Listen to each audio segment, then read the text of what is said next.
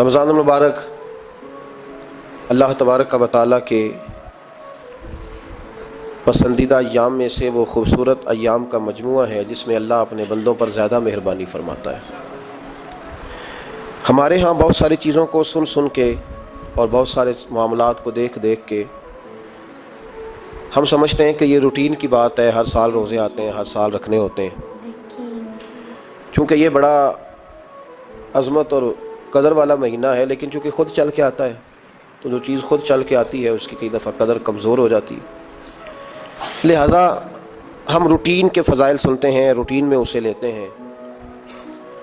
میرے عزیز، ہماری محافل جب ہوتی ہیں نا، محافل تو ان میں نقیب محفل ہوتا ہے، اسٹیج سیکٹری بھی لوگ اس کو کہتے ہیں اور بھی کئی ناموں سے پکارتے ہیں۔ وہ آنے والے شخصیت کا تعارف کراتا ہے، کہتا ہے کہ فلاں صاحب آنے والے ہیں، پھر یہ بھی کہتا ہے کہ وہ بڑے اچھے ہیں، بڑے خوبصورت بولتے ہیں۔ اب میں فلاں قاری صاحب کو دعوت دینے لگا ہوں۔ قاری صاحب جو ہیں وہ بڑی اچھی تلاوت کرتے ہیں، بڑی اچھی ان کی آواز ہے اور بڑا اچھا ان کا لہجہ ہے، وہ تعارف کرا رہا ہوتا ہے۔ پھر نعت خواں کے حوالے سے بھی اس طرح کے وہ تعریفی کلمات ادا کرتا ہے، لیکن لوگ بعض اوقات سمجھتے ہیں کہ ان بیچاروں کی ڈیوٹی ہے، انہوں نے یہ کام کرنا ہی ہے، ان کی ذمہ داری ہے۔ اور اسی طرح ہوتا بھی ایسا ہی ہے، ہماری محافل کے جو اکثر نقیب حضرات ہوتے ہیں ان کے جملے رٹے رٹائے ہوتے ہیں، وہ انہوں نے سب کو کہنے ہی ہوتے ہیں، وہ کہے جاتے ہیں۔ لیکن اگر کسی محفل کے اندر نقیب محفل کوئی بہت بڑا عالم ہو، بہت بڑا محدث ہو، شیخ الحدیث ہو، یا کسی خانقاہ کا کوئی صاحب تقوی صالح مسند نشین ہو، اگر وہ کھڑا ہو کے کہے کہ جناب آج میں آپ کو تعارف کرانے لگا ہوں ایک بہت بڑے علامہ، ایک بہت بڑے صوفی آ رہے ہیں، پھر ہم سمجھ جائیں گے کہ جس کی ہمارے حضرت تعریف کر رہے ہیں وہ کوئی بڑا ہی اچھا آدمی۔ پھر ہم سمجھیں گے نہیں، یہ روٹین کی گفتگو نہیں ہو رہی، یہ وہ رسم نہیں جو روز ادا ہوتی ہے، اس میں کچھ انفرادیت ہے، کچھ تخصیص ہے، کچھ اس کے اندر چیزیں زیادہ ہیں۔ وہ پھر انفرادی طور پر ہم تھوڑا سا اس کو زیادہ درجہ دیں گے، نہیں حضرت جی کہہ رہے تھے آج میں نے قبلہ سے سنا ہے، آج فلاں شیخ اور صوفی نے فلاں کی تعریف کیا تو بات کچھ زیادہ ہوگی۔ میرے بھائیوں، مثال دی ہے آپ کو سمجھانے کے لیے کہ رمضان المبارک وہ عزت اور عظمت والا مہینہ ہے جس کا تعارف کسی عام آدمی نے نہیں، رب کریم کے قرآن نے بیان فرمایا ہے اور میرے مصطفیٰ کریم کی زبان اطہر نے بیان فرمایا ہے۔ لیکن آنے سے پہلے بخاری مسلم میں حدیث ہے، حضرت سلمان فارسی رضی اللہ تعالیٰ عنہ کہتے ہیں رمضان شروع ہونے سے پہلے نبی پاک نے ہمیں مسجد میں بلایا اور خطبہ ارشاد فرمایا باقاعدہ، اور ارشاد فرمایا لوگو تم پر ایک مہینہ آنے والا ہے جس میں اللہ اپنے بندوں پر خاص قسم کی رحمتوں کا نزول فرماتا ہے۔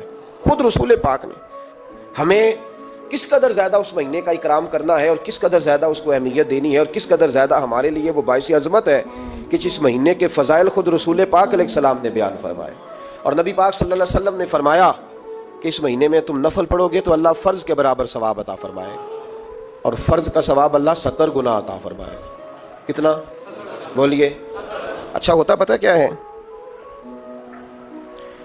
ہمارے ہاں لوگوں کو پتہ چل جائے نا فلاں کاروبار آج کل زیادہ صحیح چل رہا ہے تو سارے لوگ وہی کاروبار شروع کر لیتے ہیں۔ سی این جی کچھ دنوں بڑی زبردست تجارت ہوتی تھی، تو میرا خیال ہے کہ ہر کلومیٹر پر اللہ ماشاءاللہ سی این جی نظر آتی تھی۔ اب لوگوں نے سمجھ لیا ہے کہ شاید کھانا کھانے کا لوگوں کا مزاج زیادہ ہے، تو ہم جس چوک میں کھڑے ہوتے ہیں، جس جگہ جاتے ہیں، وہاں لوگ سب سے پہلے بتاتے ہیں کہ یہاں فلاں ہوٹل بڑا معروف ہے، اس پہ آپ کو کھانا کھلائیں گے۔ تو اب ہر آدمی نے ہوٹل کھول لیا، بلکہ اللہ تعالیٰ معاف کرے، ہمارے ہاں تو تعلیم بڑی اچھی تجارت ہے۔ جب سے سرکاری اسکولوں کی حالت تھوڑی خراب ہوئی تو ہر بندے نے پرائیویٹ اسکول کھول لیا، بہت بڑی تجارت ہے معاذ اللہ۔ میں کبھی کبھی پریشان ہو جاتا ہوں کہ وہ قوم کیسے آگے بڑھے گی جو تعلیم بیچتی ہے۔ اور اللہ تبارک و تعالیٰ مجھے معاف کرے تو ہمارے ہاں تو صحت کا شعبہ سب سے زیادہ تجارت کا حامل ہے، کہ اگر کوئی آدمی اچھی انویسٹمنٹ کر کے کسی اچھی جگہ ہاسپٹل بنا کے کوئی 2-4 اسپیشلسٹ ڈاکٹر بنا لے تو پھر تو وہ بے شک جھاڑو کے ساتھ پیسے جمع کرے، مسئلہ ہی کوئی نہیں۔ ہم یہ کرتے ہیں کہ جو پتہ محسوس ہوتا ہے نا کہ اس جگہ مجھے رمق زیادہ نظر آ رہی ہے، تجارت میری زیادہ بڑھے گی، تو لوگ ادھر توجہ کر لیتے۔ او خدا کے بندو، صحابہ کا مزاج یہ تھا کہ جہاں انہیں پتہ چلتا تھا نا اس نیکی کا ثواب زیادہ ہے تو وہ بھاگ کر اس نیکی کی طرف توجہ کرتے تھے۔ آپ صحابہ کی سیرت کی کتابیں دیکھیے، حضرت انس بن مالک رضی اللہ تعالیٰ عنہ فرماتے ہیں جب نبی پاک علیہ السلام نے رمضان کی شان بیان کی تو صحابہ کا یہ مزاج بن گیا کہ وہ اپنے سارے کام رمضان سے پہلے سمیٹ لیتے تھے، رمضان شریف سے پہلے سارے کام سمیٹ لیتے، لینے دینے کے معاملات صاف کر لیتے، خریداری ہو جاتی۔ گھر کے اندر کوئی کام کرانا ہوتا تو وہ رمضان سے قبل کرا لیتے، یکم رمضان کو وہ مسجدوں میں ڈیرے لگا لیا کرتے، وہ کہتے تھے نیکیاں جمع کرنے کے ایام ہیں، نیکیاں.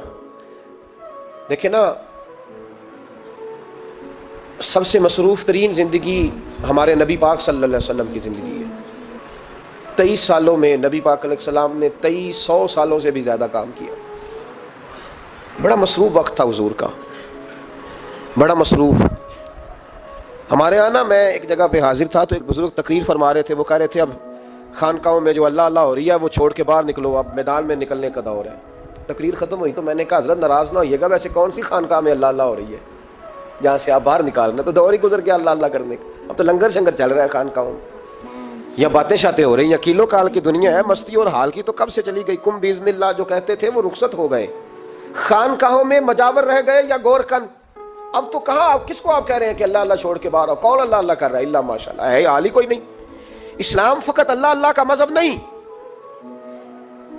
نبی پاک صلی اللہ علیہ وسلم نے کہا لا رہبانیت فی الاسلام، میرے اسلام میں رہبانیت کا کوئی حصہ نہیں.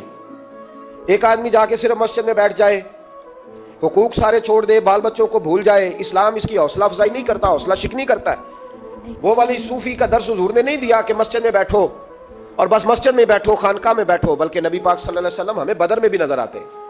حضور خود جنگ کا لباس پہن کر ہمیں احد میں دکھائی دیتے ہیں. نبی پاک صلی اللہ تعالی وسلم ہمیں خندق کے موقع پر ہاتھ میں کدال پکڑ کر نبی پاک علیہ السلام ہمیں کھدائی کرتے ہوئے نظر آتے ہیں. مسجد نبوی تعمیر ہو رہی ہے تو حضور ہمیں خود اینٹیں اٹھاتے ہوئے دکھائی دیتے ہیں. سارے کام حضور نے کیے ہیں. لیکن میرے بھائی یہ یاد رکھو، اگر بدر میں جانا میرے نبی کی سنت ہے تو غار حرا میں چپ کر کے بیٹھ کے اللہ اللہ کرنا یہ بھی میرے نبی کی سنت ہے صلی اللہ تعالی علیہ وسلم. اگر احد میں، خندق میں، حنین میں، میدان میں رہنا حضور کا طریقہ ہے تو غار ثور میں 3 دن اللہ اللہ کرنا بھی نبی پاک کا ہی طریقہ ہے. اگر سارا دن تبلیغ کرنا حضور کا طریقہ مبارکہ ہے تو ساری رات مصلے پہ کھڑے رہنا. اور صحیح مسلم میں حضرت عائشہ فرماتی ہے کہ قدموں پہ ورم آ جانا یہ بھی تو میرے نبی کا طریقہ ہے نا. تو میرے بھائی اس کو کون اپنائے گا؟ مصروف ترین زندگی نبی پاک کی، اس کے باوجود اللہ کے رسول ہر سال 10 دن کا اعتکاف کرتے تھے. ہر سال.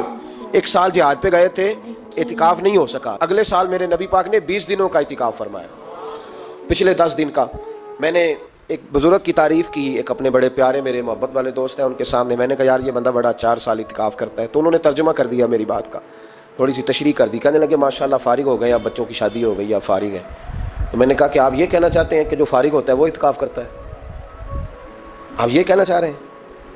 چونکہ میرا پیار تھا تو میں نے کہا ان سے کہ جو کوہ طور پہاڑ آپ نے سر پہ رکھا ہوا ہے آپ بھی ذرا اتار کے پھینکیں، دیکھو تو صحیح کہ آپ کون سا مار کا فتح کر رہے ہیں. کس طرح کا ہمارا رویہ ہے، کس طرح کی ہماری سوچ. اگر کوئی شخص خیر کا کام کر رہا ہے تو بجائے اس کی حوصلے کہتے ہیں فارغ ہے، بچوں کی شادی ہو گئی، بچے کام کاج کرتے ہیں اس لیے بیٹھتے ہیں. تو میں نے کہا آپ نے جو پہاڑ اٹھایا وہ بھی ذرا دکھائیں. روٹی آپ بچوں کو دیتے ہیں کہ اللہ دیتا ہے؟ ان کی پرورش کی ذمہ داری آپ کی ہے یا رب کریم کی ہے؟ تو 2 گھڑیاں محنت کرنے کا مطلب یہ ہے کہ تم نے پہاڑ اٹھایا ہوا ہے سر پہ.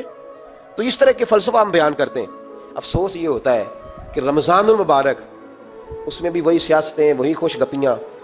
میں تو دعا مانگتا رہتا ہوں کہ اللہ روزوں میں کوئی الیکشن نہ آئے. آپ بھی آمین کہہ دیں. ورنہ وہی مصیبتیں، وہی جھوٹ سچ، وہی دروازوں پہ وہی خدا کا واسطہ بس کر دو. رمضان شریف ہے، ٹھہر جاؤ ذرا. کیا ہو گیا ہے؟ میرے نبی پاک صلی اللہ علیہ وسلم نے فرمایا 11 مہینے جنت سجائی جاتی ہے اور پھر رمضان میں اللہ اپنے بندوں کے لیے جنت کے دروازے کھول دیتا ہے. 1 گھنٹہ پہلے صفائی کرتے ہیں مہمان نے آنا ہو تو 1 گھنٹہ، ورنہ بچے دوبارہ سے پھر چیزیں بکھیر دیں گے. 1 گھنٹہ پہلے صفائی ہوتی ہے، لمبی نہیں. لیکن میرے نبی پاک نے فرمایا رمضان کے لیے رب کریم 11 مہینے جنت کو سجاتا ہے. چھوٹی بات ہے، روزے آ گئے، معمولی حیثیت ہے. ہم لوگ انہی معاملات میں، میں منع کرتا ہوں، ہمیشہ منع کرتا ہوں، آپ کو ہر سال منع کرتا ہوں. میں پابندی سے 1-2 اخبار ڈیلی دیکھتا ہوں. میرا ناشتہ نہیں ہوتا جب تک اخبار نہ ہو، چونکہ بزرگوں کا فتویٰ ہے جمعے کا خطبہ وہ دے جو عالمی حالات سے باخبر ہو. ہم کوئی رسمی تقریر نہیں کرتے کہ لوگوں کو کہیں کہ روزے آ گئے تو کون سا مہینہ چل رہا ہے تو مہینے کے حساب سے خطاب ہو. رسول اللہ صلی اللہ تعالیٰ علیہ وسلم کی امت کے جو ذمہ دار اور پہرے دار ہوتے ہیں انہیں امت کی پہرے داری کرنی ہوتی ہے. اس لیے وہ یہ نہیں دیکھیں گے کہ کون سا موضوع چل رہا ہے اس پر میں نے 1 گھنٹہ گزارنا ہے. ترجیحات پر بات ہوگی. تو بات یہ عرض کر رہا تھا کہ میں رمضان شریف میں اخبار نہیں دیکھتا. میری اپیل ہے آپ سے کہ آپ رمضان شریف میں نا رمضان ٹرانسمیشن بھی نہ دیکھیں، ٹی وی پہ خبریں بھی نہ سنیں. سارا سال سنیے خبریں. ہماری خبریں سننے سے ملک میں کیا انقلاب آ گیا ہے. یا وہ جو ہم نے چوک میں کھڑے ہو کے تجزیہ کیا تھا اس سے کتنے لوگ سنور گئے. چھوڑیں، جتنا وقت ملے وہ آ کے مسجد میں بیٹھے. اللہ کے گھر میں وقت گزاریں, ٹائم دیں. عبادت آپ کو زندہ کرے گی, روحانیت پیدا کرے گی, توانائی آئے گی, خوبصورتی آئے گی آپ کے اندر, آپ زندہ رہیں گے. دنیا داری دلوں کو مردہ کرتی ہے, قرآن کی تلاوت, اللہ کا ذکر, مسجد کی حاضری روح اور دل کو زندہ کر دیا کرتا ہے. مسجد میں بیٹھیں, وقت دیں, مہربانی کریں. اور یہ بھی آج میں بڑی ذمہ داری سے عرض کر رہا ہوں, اگر آپ کبھی زندگی میں مجھے بھی دیکھیں نا ٹی وی میں کسی عورت کے ساتھ میں کسی پروگرام پہ بیٹھا ہوں, تو آپ بالکل لحاظ نہ کریں, آپ بالکل وہ چینل بند کر دیں. میں ضرورت ہی نہیں, میرے لیے کوئی مفتی دلیل نہیں ہے. تو عورت کے ساتھ بیٹھا ہے پروگرام میں, میں نے تو وہ والا قرآن پڑھا جس میں اللہ کریم نے کہا عورتیں آ جائیں تو مرد نظریں نیچی کر لیں. ہم نے تو وہ والا قرآن پڑھا جس میں حکم ہے کہ مرد آئے تو عورت اپنی نظر نیچی کر لے. تو جہاں علامہ صاحب کے سامنے لڑکی بیٹھی ہے ٹی وی میں انٹرویو لے رہی ہے, وہاں نظریں نیچی ہوتی ہیں؟ کہاں سے فتویٰ آیا؟ حضرت جنید بغدادی تو فرمایا کرتے تھے کہ حسن بصری پڑھانے والا ہو, رابعہ بصری پڑھنے والی ہو, تو پھر بھی ان کو بغیر پردے کے پڑھنے پڑھانے کی اجازت نہیں ہے. بات ختم ہو گئی. میں کل, مجھے سرکاری یونیورسٹی ہے جامعہ کوٹلی کشمیر کی, انہوں نے مجھے دعوت دی کہ آپ کو لیکچر دینا ہے سائنس, تقویٰ اور رمضان. تو اسٹوڈنٹس ہوں گے, کچھ پروفیسر ہوں گے. تو میں نے کہا کہ اتنے بڑی جگہ آپ نے مجھے بلا لیا, یونیورسٹی لیول کے طلباء تو بڑے آگے جا چکے ہوتے ہیں. چلیں خیر, میں وہاں حاضر ہوا. جب میں پہنچا تو ایک پروفیسر صاحب مجھ سے کہنے لگے کہ لڑکیاں بھی ہیں. تو میں نے کہا کہ ٹائم دیتے وقت آپ سے گزارش کی گئی تھی کہ لڑکیاں نہیں ہونی چاہیے. تو وہ ایک جملہ بولنے ہی لگے تھے, تو میں نے ان سے کہا کہ آپ مجھے دکھیاں نوس مولوی سمجھ لیں, میں پرانے خیالات کا ہوں, آپ مجھے پرانا سمجھ لیں. اس لیے کہ میرے حضرت صاحب فرمایا کرتے تھے ہر چیز نہیں لے لینا, دین نہ نیا لینا. وہ 1400 سال پرانا ہی ہمیں ٹھیک ہے, ہمیں نیا دین نہیں چاہیے. کہنے لگے جی وہ بچیاں تھوڑی پیچھے بیٹھ جائیں گی. میں نے کہا آپ درمیان میں پردہ لگا لیں, میں انہیں نہ دیکھوں وہ مجھے نہ دیکھیں. ٹھیک ہے, بات سنیں, ختم ہو گئی. لیکن اگر وہ سامنے بیٹھیں گی تو ہم نہیں بات کریں گے. تو وہ چونکہ پی ایچ ڈی لیول کے لوگ ہوتے ہیں, زیادہ پڑھے ہوتے ہیں, دلائل دینے کی کوشش کی. تو میں نے کہا میں دلیل نہیں سنتا, میں سنتا ہوں یا اللہ کا قرآن یا مصطفیٰ کا فرمان. تو آپ مہربان. لیکن انہوں نے ضد نہیں کی, بڑے اچھے لوگ تھے. انہوں نے کہا جی ٹھیک ہے, لڑکیاں نہیں بیٹھیں گی. میرا عرض کرنے کا مقصد یہ ہے کہ کیا فرق پڑتا ہے ہمیں. بہت سارے ذرائع ہیں عورتوں تک پیغام پہنچانے کے, پیغام پہنچ جاتا ہے, کوئی حرج نہیں. آپ با پردہ بندوبست کریں. ہمارے رمضان کے فجروں کے درس میں ہزاروں کی تعداد میں عورتیں آتی ہیں, ان کے لیے با پردہ بیٹھنے کا بندوبست ہے. لیکن کچھ ضروری ہے کہ ٹی وی پہ ایک عورت بن سور کے سامنے بیٹھے اور آپ اس کے سوالوں کے جواب دیں؟ ہمارے لیے نہ کوئی مفتی دلیل ہے, نہ کوئی شیخ الحدیث دلیل ہے, اس طرح کا کوئی مفکر محقق ہمارے لیے دلیل نہیں. ہمارے لیے دلیل رسول اللہ کی ذات ہے صلی اللہ تعالی علیہ. ختم ہو گئی بات. اس لیے کوئی ایسی ٹرانسمیشن نہ دیکھو, کسی طرف توجہ نہ کرو. یار 30 تو روزے ہیں, وہ بھی کئی دفعہ 29 ہو جاتے ہیں. اللہ کہہ رہا ہے یا معدودات, ایک گنتی کے دن ہے. اور میرے بھائی کیا مصیبت ہے, میرا وقت نہیں گزر رہا. آپ یقین کریں, اللہ جانتا ہے ہم تو رمضان کو زنجیریں ڈالتے ہیں. یہ کام بھی رہ جاتا ہے, رمضان گزر جاتا ہے, یہ بھی رہ جاتا ہے, رمضان گزر جاتا ہے, یہ بھی نہیں ہو پاتا رمضان. پتہ نہیں کس وقت روزے آتے ہیں, کب نکل جاتے ہیں. کہتے ہیں میرا وقت نہیں گزرتا تو میں ٹی وی دیکھتا ہوں. قرآن سارا پڑھ لیا ہے, حدیثوں کا مطالعہ ہو گیا, اپنی آخرت کے لیے نفل سارے پڑھ لیے, تسبیحات ساری ہو گئی. جب ٹائم نہیں گزرتا تھا تو ٹی وی پہ جا بیٹھے. کدھر چلے گئے ہم؟ علامہ اسماعیل حقی نے حدیث لکھی. حضرت عائشہ صدیقہ رضی اللہ تعالیٰ عنہ فرماتی ہیں, تفسیر روح البیان میں موجود ہے, کہتی ہیں ایک دن حضور اچانک میرے ساتھ آرام فرماتے بستر سے اٹھے نکل گئے. ہمیشہ نبی پاک علیہ السلام کا طریقہ مبارکہ تھا, جب رات کو تہجد کے لیے اٹھتے تو کہتے ابو بکر کی بیٹی حق تیرا ہے, وقت تیرا ہے, پر اگر تو اجازت دے تو میں اپنے اللہ کو راضی کر لوں. آج حضور نے پوچھا ہی نہیں, بستر سے اٹھے چلے گئے. کہتی میں اٹھی, میں نے دائیں بائیں دیکھا, محبوب نظر نہ آئے. حضور کی تامت استعمال شدہ پڑی تھی, وہ تامت میں نے اٹھا کے اوڑھ لی اور میں نکل گئی حضور کو تلاش کرنے. کہتی ہیں جب میں باہر گئی مسجد نبوی شریف کے ساتھ جنت البقیع کی جانب, نبی پاک سجدے میں تھے. کہتی ہیں میں گئی, تھوڑی دیر کھڑی ہوئی, حضور نے آہٹ سنی تو پوچھا تو کون ہے؟ میں نے کہا میں عائشہ ہوں. تو محبوب نے فرمایا یہ عائشہ کون ہے؟ میں نے کہا یا رسول اللہ میں آپ کی زوجہ ہوں. فرمایا زوجہ کیا ہوتی ہے؟ یا رسول اللہ میں ابو بکر کی بیٹی. تو نبی پاک نے فرمایا یہ ابو بکر کون ہے؟ حضرت عائشہ کہتی ہیں میرا کلیجہ پھٹنے کو آیا, میں وہاں سے پریشان حال واپس آئی. جب میں گئی تھی تب بھی ہلکی ہلکی بارش تھی, واپس لوٹی تو پھر بھی ہلکے ہلکے قطرے بارش کے گر رہے تھے. میں آ کے ہامتی کامتی بیٹھ گئی. تھوڑی دیر گزری تو نبی پاک تشریف لے آئے. تو حضور صلی اللہ تعالیٰ علیہ وسلم نے مجھے پریشان دیکھا تو کہا عائشہ کیا ہوا؟ کہا حضور آج وہ ہوا ہے جو کبھی نہیں ہوا. یا رسول اللہ میں پریشان ہو گئی ہوں. حضور عجیب بات ہے, میں گئی ہوں, آپ نے پوچھا کون ہے تو میں نے کہا میں عائشہ. کا عائشہ کون؟ آپ کی زوجہ. فرمایا زوجہ کون؟ ابو بکر کی بیٹی. کا ابو بکر کون؟ اور پھر حضور میں گئی ہوں تو میرے کپڑے بھیگ گئے, آپ آئے ہیں تو کپڑے خشک ہیں, سمجھ نہیں آئی. تو لفظ سنو حدیث کے, نبی پاک نے فرمایا عائشہ لی مع اللہ وقت, میرا اپنے اللہ کے ساتھ ایک وقت ہوتا ہے. کس کے ساتھ؟ آج میرا دوستوں کے ساتھ وقت ہے, آج میرا گھومنے کا وقت ہے, آج میرا خوش گپیوں کا وقت ہے, آج میرا سیاحت کا وقت ہے, آج میرا پکنک کا وقت ہے. میرے نبی پاک نے فرمایا لی مع اللہ وقت. عائشہ, میرا اپنے اللہ کے ساتھ, میرا اپنے اللہ کے ساتھ ایک وقت ہوتا ہے. اس وقت نہ وہاں کوئی فرشتہ آ سکتا ہے, نہ کوئی نبی اور مرسل آ سکتا ہے. جب فرشتہ اور نبی نہیں آ سکتے تو عائشہ اور ابو بکر کیسے آ سکتے ہیں؟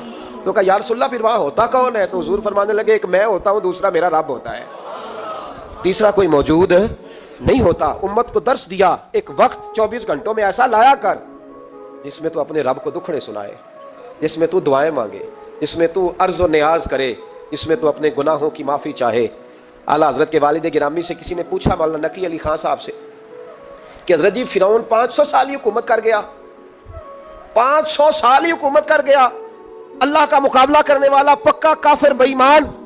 تو آپ فرمانے لگے ملا رومی کی وہ کتاب پڑھو مثنوی, جس میں انہوں نے لکھا ہے کہ جب ساری دنیا سو جاتی تھی تو فرعون اٹھ کے مصلے پہ بیٹھتا تھا, کہتا تھا یا اللہ معاف کر دے, رب تو ہی ہے, گناہگار بڑا ہوں پر مہربانی کر. روز معافیاں مانگتا تھا تو رب کریم کی قدرت نے مہلت دی کہ روز توبہ کرتا ہے, چلو ایک دن سچی بھی کاری جائے تو اچھا ہے. اللہ نے مہلت دی. اور میرے بھائی اگر تو روز رات مصلے پہ بیٹھے تو تجھے مہلت ملے, عذاب نہ آئے. اگر تو اپنے رب کے ساتھ تنہائی کرے تو اللہ تجھے مہلت دے, سزا نہ دے. لیکن ہم یہ وقت نکالتے ہی نہیں. اللہ کے ساتھ میت کا ہمارا مزاج ہی نہیں. ترمذی شریف میں نبی پاک علیہ السلام نے فرمایا ہے دنیا داروں کو دکھڑے نہ سنایا کر, مالداروں کے سامنے رونے نہ رویا کر. یہ تجھے کیا دے سکتے ہیں؟ تو اٹھ کے جائے گا تو کہیں گے محنت کرتا نہیں, روز مانگنے آ جاتا ہے.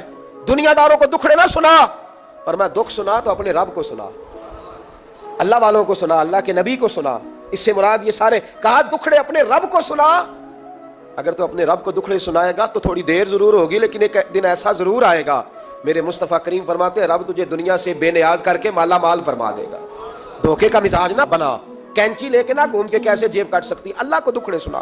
حضرت عائشہ عرض کرنے لگی حضور چلے یہ تو سمجھ آ گئی, لیکن بارش مجھ پہ پڑی آپ پہ پڑی نہیں. تو کہا عائشہ تم نے اڑا کیا تھا؟ کہا حضور آپ کی تامت. فرمایا بارش کوئی نہیں تھی, جب تو نے میری تامت لی تو خدا کی رحمتیں تم پر برسنے لگ گئی. تو حضور کے وجود سے لگی ہوئی چیز کوئی اوڑھ لے تو رحمت برستی ہے, تو میرے نبی کی مسجد چومنے سے کیوں رحمت نہیں برستی؟ جالی چومنے سے کیوں نہیں برستی؟ جہاں جہاں حضور رکے, جہاں جہاں نبی پاک ٹھہرے, وہاں جانے سے کرم کیوں نہیں ہوتا؟ تو عزیزو یاد رکھو, رمضان میں ایک ڈیوٹی آپ نے یہ کرنی ہے کہ عبادت کو وقت دیں, ٹائم نکالیں. جو اتنے سے بھی فارغ ہے نا وہ 19ویں روزے تک کل فارغ ہو کے 20 کو اعتکاف بیٹھے. زندگی میں ایک دفعہ اعتکاف تو ویسے بڑا ضروری ہے. ہمارے بزرگوں نے لکھا ضروری ہے ایک بندہ اعتکاف کر لے زندگی میں ایک دفعہ, ہر سال کرے تو سنت ادا ہوگی. ویسے سنت مؤکدہ الکفایہ ہے, بستی میں اگر کوئی بھی نہ بیٹھے گا تو سارے گناہگار ہوں گے. ہم انشاءاللہ اس مسجد میں اس سال اجتماعی اعتکاف کریں گے. میں نے یہ پروگرام بنایا ہے کہ لوگ اعتکاف تو بیٹھتے ہیں لیکن نہ بیچاروں کو قرآن مجید پڑھنا آتا ہے, نہ نماز وضو غسل کے مسائل آتے ہیں, نہ انہیں پتہ ہے کہ رات عبادت کیسے کرنی ہے. تو میں نے یہ ارادہ کیا اس سال, میں نے معافی لیا ہاتھ باندھ کے. میں نے کہا یار سارا سال میں پورے ملک میں گھومتا ہوں, اس سال رمضان میں میرا ارادہ ہے میں صرف اپنے شہر میں رہوں, میں کہیں نہ جاؤں, تاکہ جو جہاں سے بھی چل کے آئے اسے فون نہ کرنا پڑے, میں اسے مل جاؤں ویسے ہی. تو میں انشاءاللہ تعالیٰ یہیں رہوں گا, اور رمضان کی 10 راتیں میں اپنے اعتکاف والوں کے ساتھ گزاروں گا انشاءاللہ تعالیٰ. یہاں آپ لوگ آئیں, جو سنجیدہ قسم کے لوگ ہیں ان کو ساتھ لائیں, وہ یہاں آ کے اعتکاف کریں. لنگر شریف بھی ہم دیں گے جو ہماری توفیق ہوگی, اور انشاءاللہ دونوں وقت دیں گے اپنی توفیق کے مطابق. اور یہ کوئی صدقہ زکوٰۃ خیرات سے نہیں ہوگا, یہ آپ ہمارے مہمان ہوں گے تو یہ مہمان نوازی ہوگی انشاءاللہ تعالیٰ. تو یہ اپیل آخر میں اعلان کرنا تھا, پر چلو بات آ گئی تو میں نے شروع میں ہی کر دیا. یہاں مقدور بھر کوشش کریں گے آپ کے لیے اجتماعی اعتکاف کا بندوبست. ہمارے جو دیگر طلباء علماء ہوں گے وہ بھی آپ کے ساتھ وقت گزاریں گے, وضو غسل نماز کی چیزیں سکھائیں گے, آپ کو قرآن مجید پڑھنا پڑھانا سکھائیں گے. 10 دنوں میں جو ممکن ہو سکے گا ہم انشاءاللہ تعالیٰ کریں گے. تو اعتکاف میں وقت دیں. دوسرا کام آپ نے یہ کرنا ہے رمضان شریف میں کہ قرآن پاک زیادہ سے زیادہ پڑھنا ہے. پڑھیں گے انشاءاللہ. اگر آپ ناراض نہ ہوں تو ہم نے قرآن مجید پڑھنا بالکل ہی چھوڑ دیا. قرآن پاک کھلتا ہی نہیں, توجہ ہی نہیں, مزاج ہی نہیں. سارا دن بیت جاتا ہے, قرآن مجید نہیں کھلتا, قرآن مجید نہیں پڑھا جاتا. ایک آج شخص مجھ سے ملنا چاہ رہے تھے, مسجد نبوی شریف میں حاضر تھا, تو وہ ایک دفعہ آئے گزر گئے, میں قرآن شریف پڑھ رہا تھا, پھر آئے تو گزر گئے قرآن شریف, تیسری دفعہ پھر آئے تو کہنے لگے آپ نے کتنا کو پڑھنا ہے. میں نے ان سے کہا کہ مہربانی کرو مجھے دعا دو کہ اللہ مجھے پڑھتا ہی رکھے. آپ نے یہ کیا لفظ ادا کر لیے کہ کتنا کو پڑھنا ہے؟ خدا کے بندو یہاں کام کیا ہے؟ اگر تلاوت بھی نہیں کرنی تو کرنا کیا ہے وہاں؟ میں اکثر کہتا ہوں کہ چونکہ ہم تو مسیتڑ ہیں, ہمارا تو مزاج ہے مسجدوں میں رہنے کا, چونکہ عام لوگوں کا مزاج نہیں ہوتا تو وہاں بھی بازاروں کو ٹائم زیادہ دیتے ہیں, خریداری میں وقت زیادہ لگاتے ہیں. اگر ہماری طبیعت مسجد میں بیٹھنے کی ہو، قرآن پاک پڑھنے کی ہو تو بڑا ذوق بن جائے. قرآن مجید امام اعظم ابو حنیفہ امام اعظم رمضان شریف کے اندر 61 قرآن مجید پڑھا کرتے تھے. کتنے؟ 60 اور 1 61. ایک قرآن شریف دن میں پڑھتے، ایک رات کو پڑھتے. پورے دن میں قرآن مجید ختم کرتے، ایک رات کو. اور آپ فرماتے ہیں 61واں قرآن مجید وہ تھا جو میں تراویحوں میں سنا کرتا تھا. 61 قرآن پاک آپ ہر رمضان میں پڑھا کرتے تھے. میری آپ سے گزارش ہے، ایک سپارہ مسجد میں پڑھے رمضان میں، ایک سپارہ گھر میں پڑھیں. مسجد میں پڑھیں گے تو مسجد کا حق ادا ہوگا، اور گھر میں قرآن پاک کھول کے بیٹھیں گے تو بچے بھی آ کے پاس بیٹھ جائیں گے. چھوٹے چھوٹے بچے، یہ کبھی تجربہ کرنا، یہ بخشش کا ذریعہ ہے. جب آپ بچوں کی ماں سویرے سویرے بڑا اچھا دوپٹہ لے کے اور مصلی بچھا کے اور قرآن مجید کی ریل رکھ کے اور پھر اس کو خوشبو لگا کے جب کھولتی ہے نا، تو اس کی جو 2-2.5 سال کی بچی ہوتی ہے وہ بھی کہیں سے دوپٹہ ڈھونڈنے لگ جاتی ہے، وہ بھی دوپٹہ لے کے آتی ہے اور دائیں بیٹھتی ہے. اس کا جو 4 سال کا بچہ ہوتا ہے نا، اگر ابا بیٹھا ہے وہ 4 سال کا بچہ بھی کہیں سے ٹوپی ڈھونڈ کے لاتا ہے، اسے پڑھنا نہیں آتا لیکن وہ بھی آ کے نا سپارہ لے کے بیٹھ جاتا ہے. میں نے دیکھا ہے بچے تھوڑا تھوڑا ہلنے لگتے ہیں. قسم اللہ کی عزت کی، مجھے ایسے لگتا ہے کہ جب بیٹیوں کے بیچ ماں بیٹھ کے قرآن پڑھتی ہے اور جب بیٹوں کے بیچ باپ بیٹھ کے قرآن پڑھتا ہے تو مجھے لگتا ہے خدا کے فرشتے بھی آسمان کے دروازے کھول کھول کے دیکھتے ہیں، کھول کھول کے دروازے دیکھتے ہیں کہ یہ کس طرح کا رنگ ہے کہ چھوٹا سا بچہ توتلی زبان. مجھے وہ حدیث پڑھ لینے دو جو امام جلال الدین سیوطی نے روایت لکھی ہے. فرمایا حضرت عیسیٰ علیہ السلام ایک قبر کے پاس سے گزرے تو عذاب ہو رہا تھا، چند گھنٹوں کے بعد گزرے تو وہیں رحمتوں کا نزول ہو رہا تھا. حضرت عیسیٰ عرض کرنے لگے مولا میری مجال نہیں میں پوچھوں، چند گھنٹے پہلے یہاں عذاب تھا، اب یہیں کرم ہو رہا ہے. اللہ اب اس نے کوئی نیک عمل کیا تو ہے نہیں، قبر میں تو عمل ختم ہو جاتا ہے، اتنا کرم کیسے؟ تو رب کریم نے فرمایا مجھ سا بندہ بڑا گناہگار تھا، پاپی تھا، سزا کا حقدار تھا، پر جب انتقال اس کا ہوا تو بیوی اس سے پہلے حاملہ تھی. اس کے انتقال کے 2-4 مہینے بعد بچہ پیدا ہوا، پھر اس بیوی نے بچہ پالا. آج 4.5 سال کا بچہ مکتب گیا ہے، استاد نے بسم اللہ شریف پڑھائی ہے. اس کے بچے نے توتلی زبان پہ کہا بسم اللہ الرحمن الرحیم. تو مجھے حیا آئی ہے کہ اس بیچارے کو بھی لفظ نہیں ادا کرنے آتے، زمین پر بیٹھ کر یہ توتلی زبان سے مجھے رحمان اور رحیم کہے اور میں اس کے باپ کو سزا دوں. بس بچے نے ایک دفعہ بسم اللہ پڑھی ہے، میں نے باپ کے سارے گناہ معاف فرما دیے. مہربانی کرو، ایک سپارہ گھر میں، ایک سپارہ مسجد میں، یہ ضرور آپ نے روٹین بنانی ہے. مسجد میں پڑھیں گے تو مسجد کا حق ادا ہوگا، گھر میں پڑھیں گے تو بچے بھی پڑھیں گے. اور تیسرا سپارہ وہ ہے جو آپ نے تراویح میں سننا ہے. تو کتنے سپارے ہو گئے ایک دن میں؟ 3. تو رمضان میں کل کتنے ہو گئے؟ 3 قرآن پاک. کتنے قرآن پاک جی؟ 3 قرآن مجید. ایک سپارہ دن میں، ایک رات میں، تو آپ کا 10 دن کے اندر انشاءاللہ قرآن پاک ختم ہو جائے گا. کریں گے انشاءاللہ تعالیٰ؟ یہ ذہن بنائیں، یہ ذوق پیدا کریں. اور قرآن پاک کا ایک حرف پڑھیں تو اللہ 10 نیکیاں دیتا ہے، اور رمضان شریف میں 70 گنا بڑھ جاتی ہیں. تو اب ذرا ضرب دے لو بات کہاں جائے گی. تو رمضان المبارک میں قرآن پاک سے میں نے کہا کوئی اخبار نہ دیکھو، کچھ نہ دیکھو، سارا دن بس قرآن پاک دیکھو، سارا دن قرآن مجید پڑھیں، قرآن پاک سے دل لگائیں. حضرت عبداللہ ابن مسعود رضی اللہ تعالیٰ عنہ فرماتے ہیں نبی پاک صلی اللہ علیہ وسلم نے مجھے بلا کے کہا مجھے قرآن پاک تو سنا. میں نے کہا یا رسول اللہ آپ پہ نازل ہوا ہے، میں آپ کو سناؤں؟ تو فرمایا میرا دل کر رہا ہے میں تجھ سے سنوں. حضور کو زیادہ آتا تھا نا، تو کبھی کبھی آپ سمجھ لیں کہ آپ کو زیادہ آتا ہے لیکن پھر بھی سامنے والے، میں اکثر کہتا ہوں مدرسے کے طلباء سے، میں کہتا ہوں آپ قاری اور حافظ تو ہو گئے ہو پر کبھی کسی اور سے بھی سنا کرو، کہا کرو سناؤ یار 2 آیتیں دل کر رہا ہے. حضرت ابی بن کعب رضی اللہ تعالیٰ عنہ کہتے ہیں نبی پاک تشریف لائے تو مجھے کہنے لگے ابی ادھر آ میں تجھے قرآن پاک سناؤں. میں نے کہا یا رسول اللہ مجھے فرمایا مجھے اللہ نے حکم دیا ہے کہ میں تمہیں سناؤں. حضرت ابی رو کے کہنے لگے یا رسول اللہ رب کریم نے میرا نام لیا ہے. میں کہا وہ کہا؟ فرمایا ہاں تیرا نام لیا ہے. رونے لگے، کہنے لگے حضور پھر تو میں بڑا خوش نصیب ہوں، سنائیے میں سنتا ہوں. تو حضور سننا بھی حضور کی سنت ہے، سنانا بھی نبی پاک کی سنت ہے. قرآن مجید کو سنیں. اور پھر یار دکھ کی بات ہے نا کہ پاسپورٹ کے دفتر تو میں 2.5 گھنٹے کھڑا رہوں، شناختی کارڈ کے لیے میں 1.25 گھنٹہ کھڑا رہوں، اور میں پہلی دفعہ سعودی عرب جاؤں تو امیگریشن کے لیے 2.5 گھنٹے بھی مجھے لائن میں لگنا پڑے تو میں لگا رہوں. دنیا داری کے لیے تو میں اتنا کھڑا رہوں اور تراویح کے لیے مجھے 1 گھنٹہ نہ کھڑا ہوا جائے تو میں بہانے کرتا پھروں. تو پھر یاد رکھو حضرت سیدہ اسما کہا کرتی تھی نبی پاک نے مجھے کہا تھا اسما اللہ کے راستے میں گن گن کے نہ دینا ورنہ وہ بھی تجھے گن گن کے دے گا.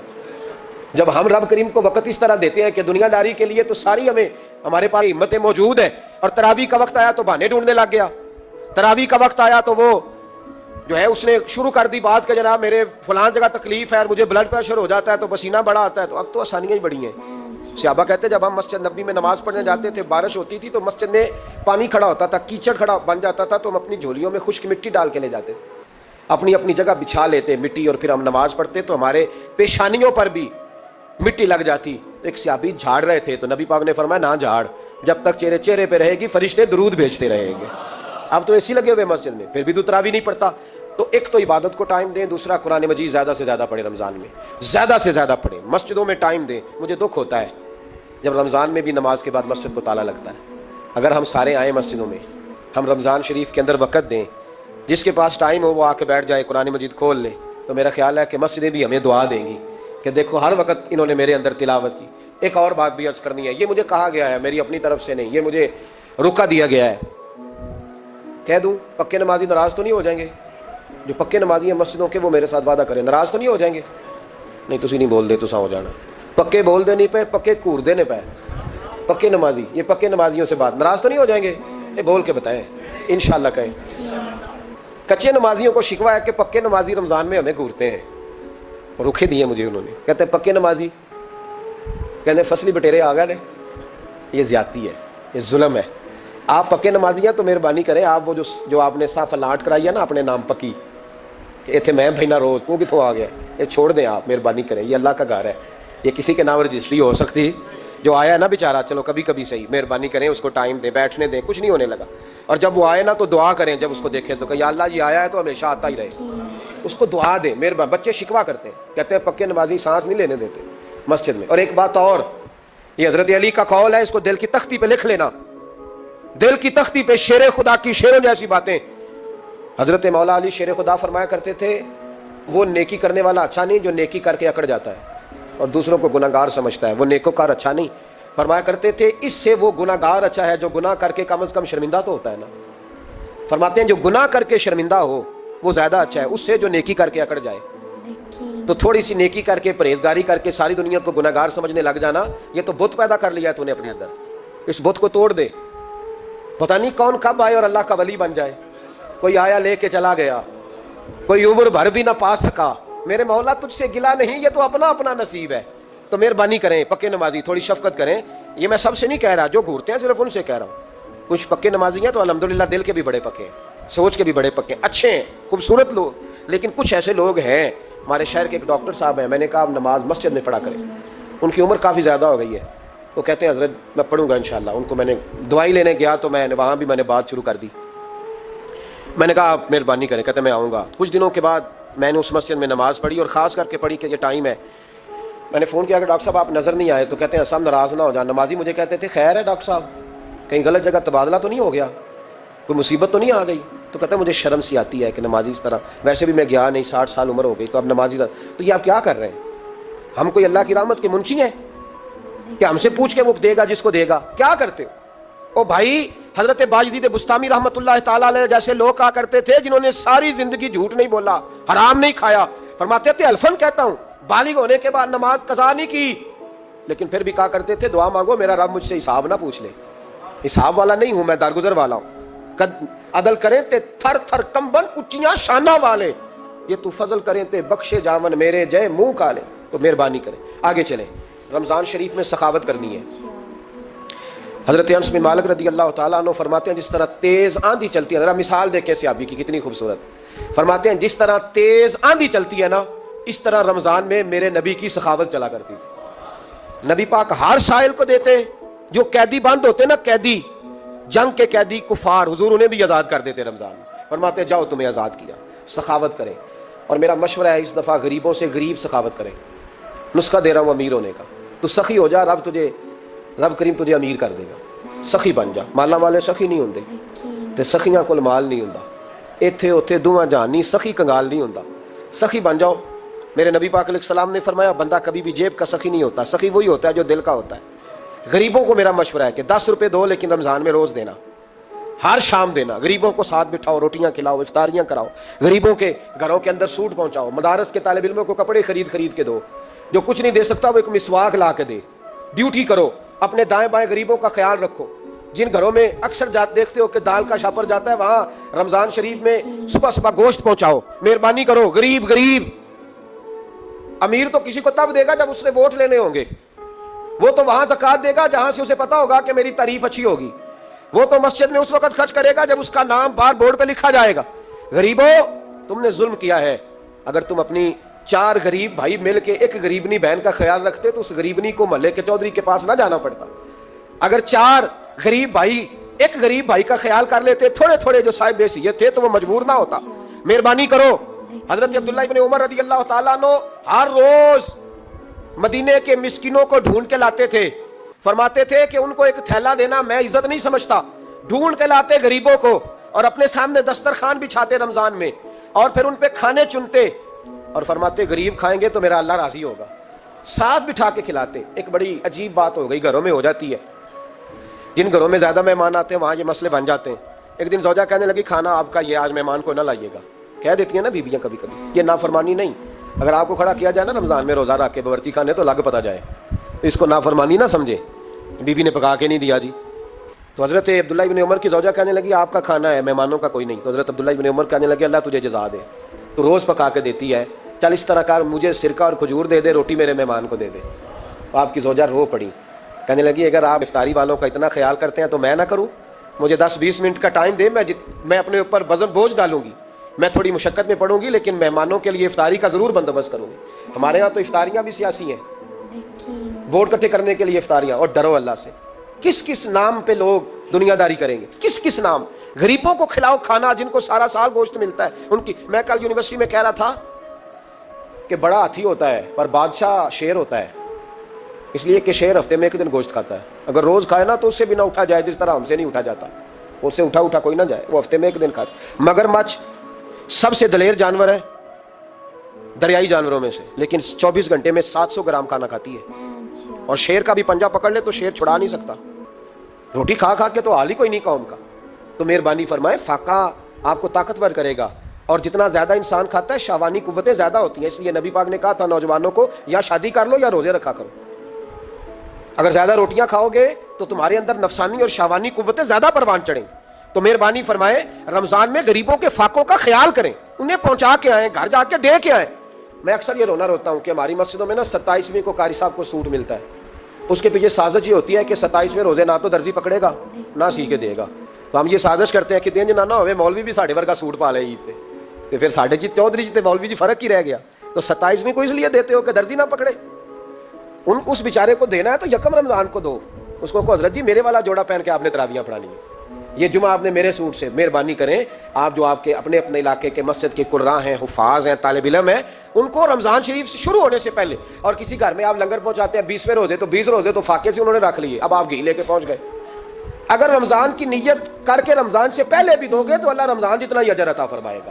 فطرانہ یکم رمضان کو دے دو، مہربانی کرو، تاکہ غریب کے گھر کے اندر چولہا صحیح جلے، اس کے بچے بھی کھانا صحیح کھائیں۔ میری یہ گزارش ہے کہ اگر آپ نے کسی غریب کی بچی کو کپڑا، لباس اور غریبوں کو کچھ لے کے دینا ہے تو رمضان سے پہلے لے کے دیں، تاکہ درزیوں کا ریٹ کم ہو، وہ کام جو ہے وہ جلدی ہو جائے۔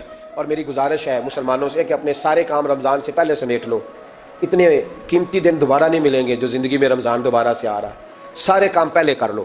ہمارے ہاں تو آپ یقین کریں نہ درزی تراویحاں پڑھتا ہے، نہ کپڑوں والا پڑھتا ہے، نہ کاج بٹن والا پڑھتا ہے، نہ نلکی والا پڑھتا ہے، وہ کہتے ہیں جی راشی سارا ان دنوں میں۔ وہ جو آخری 10 راتیں ہوتی ہیں نا رمضان کی، حضرت عائشہ صدیقہ رضی اللہ تعالیٰ عنہ فرماتی ہیں حضور ہمیں نفل کے لیے نہیں جگاتے، پر رمضان کے آخری 10 دن فرماتے اٹھو، یہ سونے کا ٹائم نہیں، اور ہمارا وہی ٹائم سارا بازاروں میں گزر جاتا ہے، وہ جو کچھ لینے کا وقت ہے، شب قدر تلاش کرنے کا وقت ہے، وہ سارا ہم بازاروں میں گزارتے ہیں۔ ہم انشاءاللہ تعالی رمضان کی آخری 10 راتوں میں شب بیداری کریں گے، محفل کریں گے، تلاوت کریں گے، تسبیح پڑھیں گے، جو ہم سے ہو سکے گا، مسجدوں کا رخ کریں، یہاں پہنچ سکتے ہیں تو یہاں پہنچ جائیں، لیکن اپنا وقت ضائع نہ کریں، کوئی ایسا کام نہ کریں کہ جس میں ایک لمحہ بھی رمضان المبارک کا ضائع ہو۔ آخری بات سنیں، رمضان میں ہم نے کیا کرنا ہے؟ سارا سال دین کے لیے کوشش کی ضرورت ہے، سارا سال ہم جب کہیں جا کے دین کی بات کرتے ہیں تو ہمیں ایسا لگتا ہے کہ یہ لوگ بیچارے ترس رہے تھے کہ کاش کبھی پہلے ہمیں بات سننے کو ملتی۔ دین کی بات کی ہر وقت ضرورت ہے۔ رمضان کے اندر لوہا گرم ہوتا ہے، کیوں بھلا؟ شیطان قید ہو جاتا ہے۔ پہلے جب دین کا کام ہوتا ہے تو دو قوتیں آپس میں لڑتی ہیں، ہم تبلیغ کرتے ہیں، ایک دوسرے کو پیغام دیتے ہیں، شیطان جواب کے اندر کیا کرتا ہے کہ جب ہم یہاں کسی آدمی نے بات کی یا سنی تو بڑا دل نرم ہو گیا، لیکن جب گھر گئے تو شیطان نے پھر وسوسہ ڈال دی۔ رمضان میں ایسے نہیں ہوتا، صرف تبلیغ ہوتی ہے، شیطان قید ہوتا ہے، وہ کوئی غلط مشورہ دینے کی پوزیشن میں نہیں ہوتا۔